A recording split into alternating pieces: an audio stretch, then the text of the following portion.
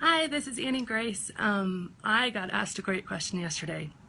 And again, I'm the author of This Naked Mind, so I'm answering questions in regard to alcohol and an alcohol-free life.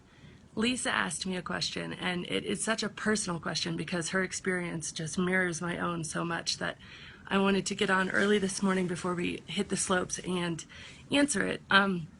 So this is Lisa's question. She says, "The one thing that weighs heavily upon me is the guilt, having not given up drinking yet, but certainly turning the curve into hyper-awareness about alcohol. I find the guilt to be crippling at times.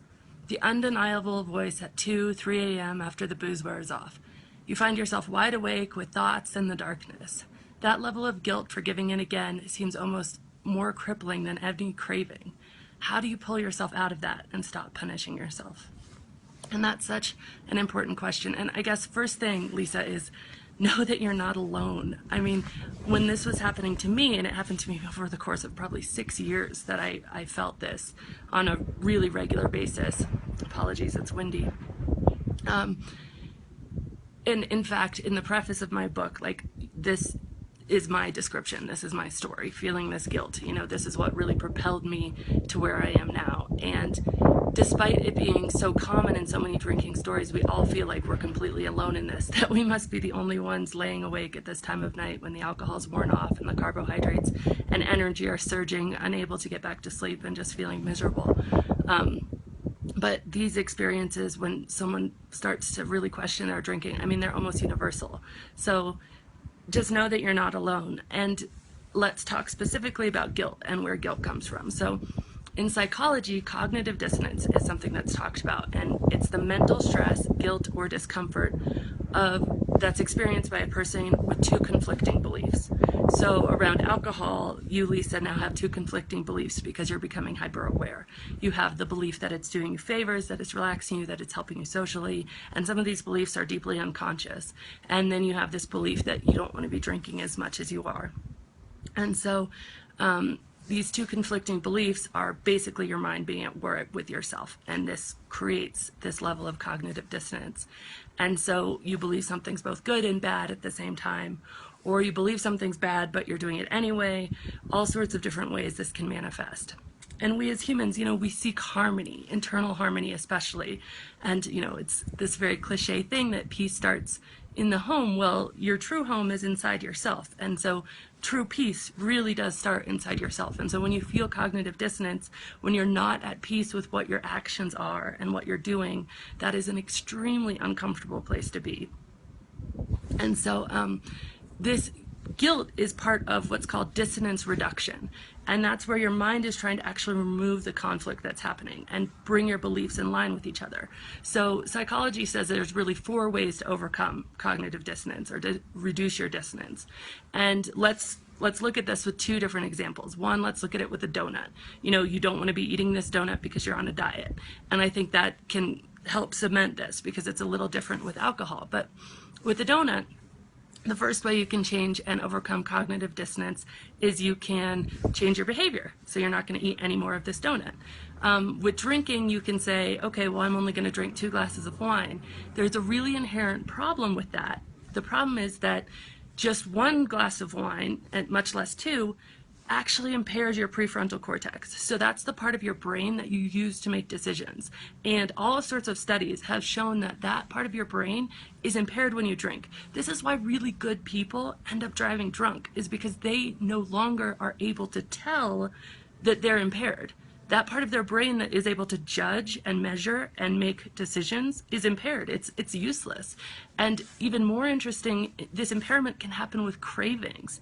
So they actually put addicts in MRI machines, and they measured these parts of their brains, what was happening in the machines, and they'd show addicts pictures of something that would trigger a craving. So if it was an alcoholic, maybe they'd show them, you know, a glass of scotch. If it was someone who was addicted to cocaine, they'd show them, you know, a picture of cocaine, and this craving would happen. Their system would flood with dopamine, and their prefrontal cortex would go black. That means that you actually have impaired your ability to make a decision, to execute choice when you're going through that craving. Now, knowing that makes it much easier to deal with, but it's a really real thing. So that's why just saying, okay, I'm just going to have 2 glasses of wine rarely works, because you've impaired your ability to make the decision about the third glass of wine. It doesn't seem as important. So that's the first way, is you justify the behavior, or you change the behavior. The second way to reduce cognitive dissonance is to justify the behavior by changing your conflicting thoughts around the behavior. So with a donut, you might say, oh, well, I can have a donut every once in a while.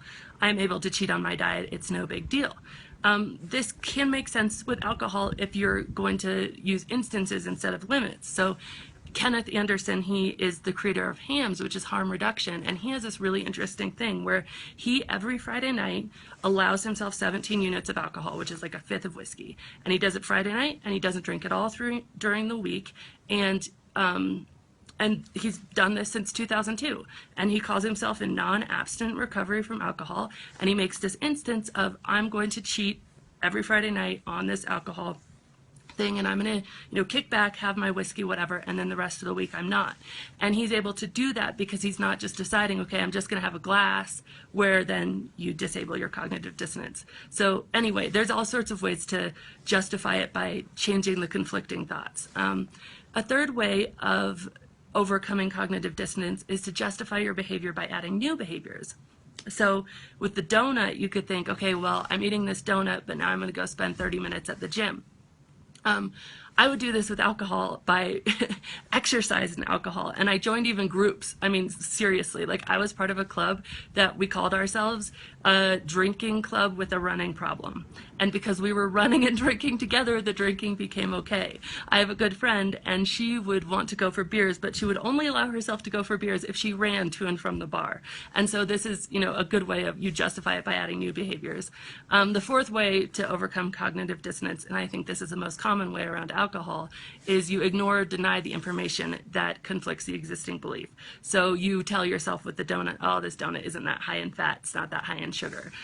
This is so frequent in our society with alcohol. We simply choose to ignore the fact that alcohol is addictive, that it's linked to more than 60 diseases and causes cancer. We just ignore this as a group, as a whole society, and therefore it becomes very easy to ignore overall. But Lisa, in your question, you're becoming hyper aware to this, and that's a great thing. And I know it doesn't feel great right now, but this guilt, the next time you're feeling it, instead of beating yourself up, maybe look at it as a teacher, because becoming hyper aware to this means that ignoring and denying the information, it only makes your guilt go away for a short amount of time, and it's not actually a lasting solution. And I can't take credit for this idea, because I was discussing your question, Lisa, with my husband last night, and he made a really profound point. He actually wrote me an email after I was asleep, so I'm just going to read this to you because it holds so much wisdom and so much truth. And he says, I was just thinking that she might take a tiny bit of comfort knowing that she's now on the right path. She's heading in the right direction. She's awoken. Feeling the guilt feels terrible, of course, but it's the first step in truly wanting to change and then making that change. If she can somehow reframe the guilt to be awareness, that might help. Sometimes just knowing the right expectations, that this is normal, that it will happen, but it doesn't mean that you're heading down the wrong path. It actually means that you're heading down the right path. That can be really helpful, at least a little.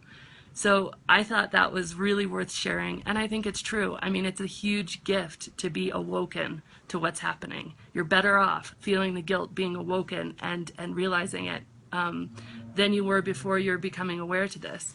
And life is truly the teacher. I mean, it's great, and you learn all the lessons you need to learn to become your best self. I'm a firm believer in that. So maybe you can overcome it a little bit by keeping a journal by your bed.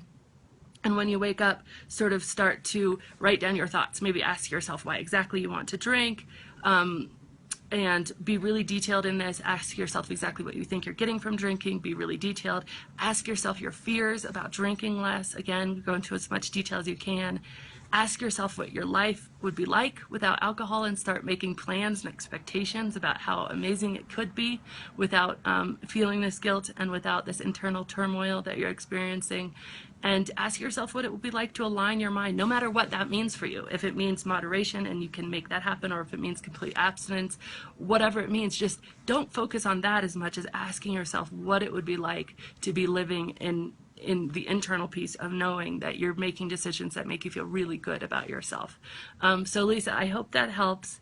And if you haven't already picked up the first 4 chapters, they're free at my website, thisnakedmind.com, and just read the preface, because that is my personal experience with exactly what you're asking, and it is quite universal. So I hope you enjoyed this. I'm off to go skiing. It looks like it might snow, which is great, and have a wonderful day. Thanks.